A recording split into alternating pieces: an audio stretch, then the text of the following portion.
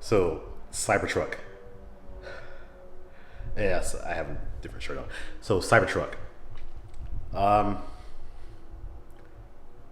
Honestly, I didn't think that the production version was going to look like the prototype. They unveiled like in 2018. I'm surprised that Tesla was able to pull this off and be able to pull it off to where they can mass produce this truck. Um,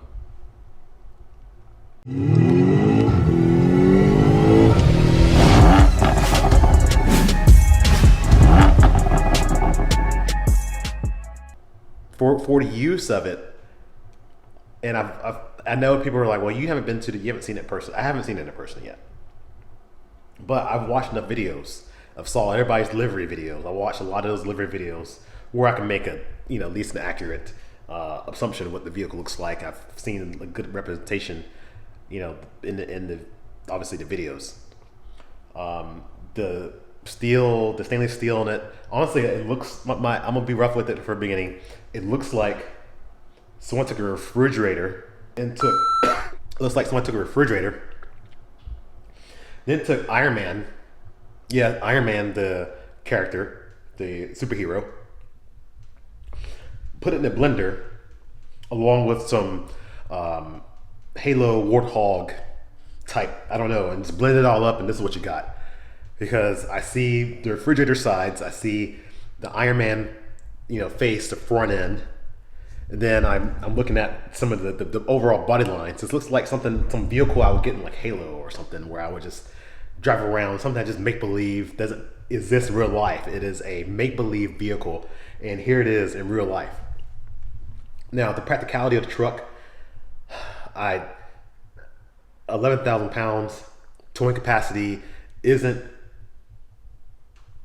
I feel like isn't groundbreaking. The torque, the published torque figures, especially with the Cyber Beast, of that those torque figures, I feel like, well, Tesla never published their torque anyway on all their cars. I said they barely even show the horsepower in their cars. So how do I know that torque figure in comparison to, let's say,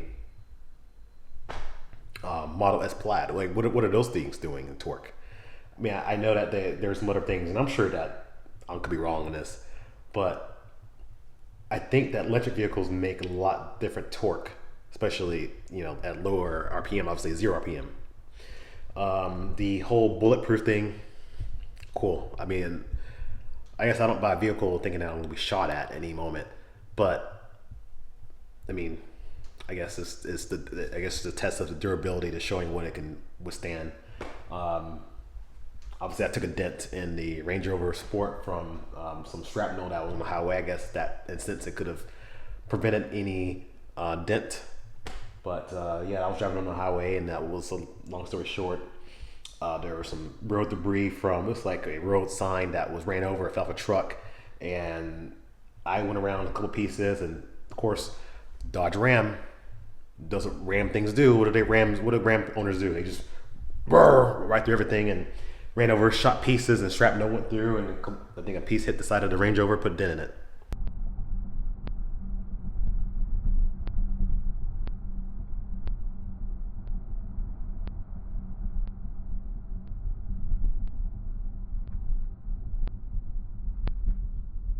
In 2 miles, continue onto US 50 towards South Lake.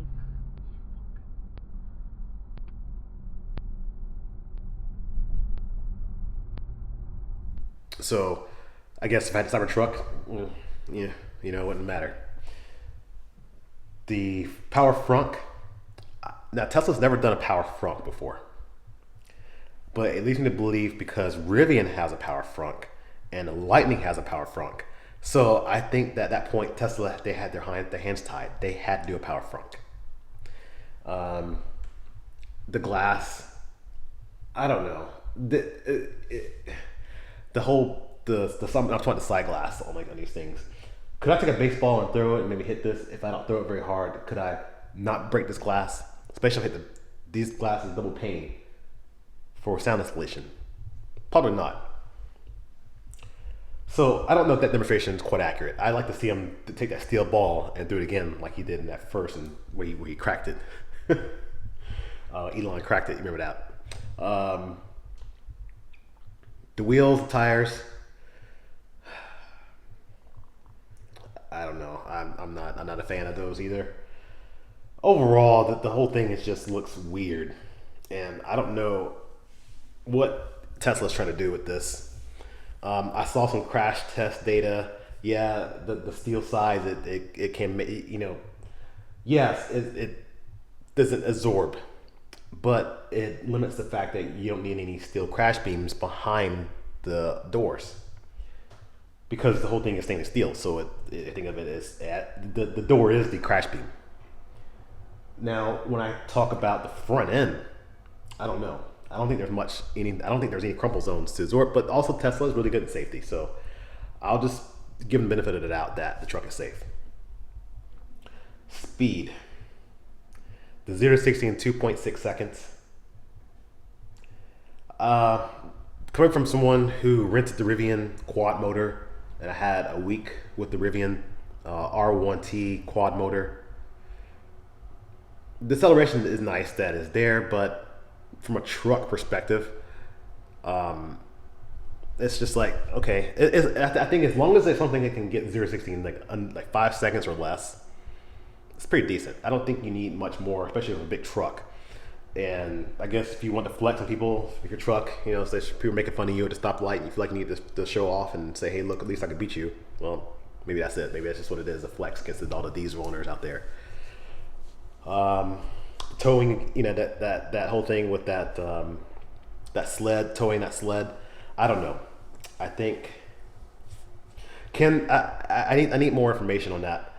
Can the sled operator, can they control how fast that weight moves towards the tongue of that trailer? Because is it possible maybe he slowed it down just a little bit to give the test a little bit more edge? But what does that do? Because once that stuff puts on the tongue, the truck at some point it stops these trucks.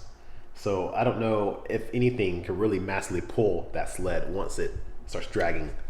I don't know. What else do I want to talk about? Yeah, I should really take just notes and write these down before I start doing this videos. But like I said, I don't have much time to really do this. Yeah, that front end looks like Iron Man. Looks like if Iron Man was a truck, it was morphed into a truck, that would be it. I don't know. Maybe if I see some wrapped ones, maybe a little bit better. But that side profile, that wedgy shape, and I don't know. Let me know what you think in the comments. I'm sure you've probably seen plenty of videos. I don't know. They're showing the truck at a construction site. I'm sorry, if I were to take that truck like that, and I'm a construction worker, and I pull up to the jobs, hey guys, you're ready? I'm gonna be made fun of. I just don't think it's. I don't know what to say. I don't know. I think that thing's weird. I just have to be honest. It looks weird. I entered a giveaway to get the Cybertruck. Maybe if I get one, I'll change my opinion on it. But I don't know. As a work truck, I can't see myself using that as a realistic work truck. I see it more of a techie person who's never had a truck before, who probably doesn't really a non-truck owner. Like think of your Hyundai Santa Cruz, Honda Ridgeline, who doesn't really want those trucks. They want to be different than anybody else,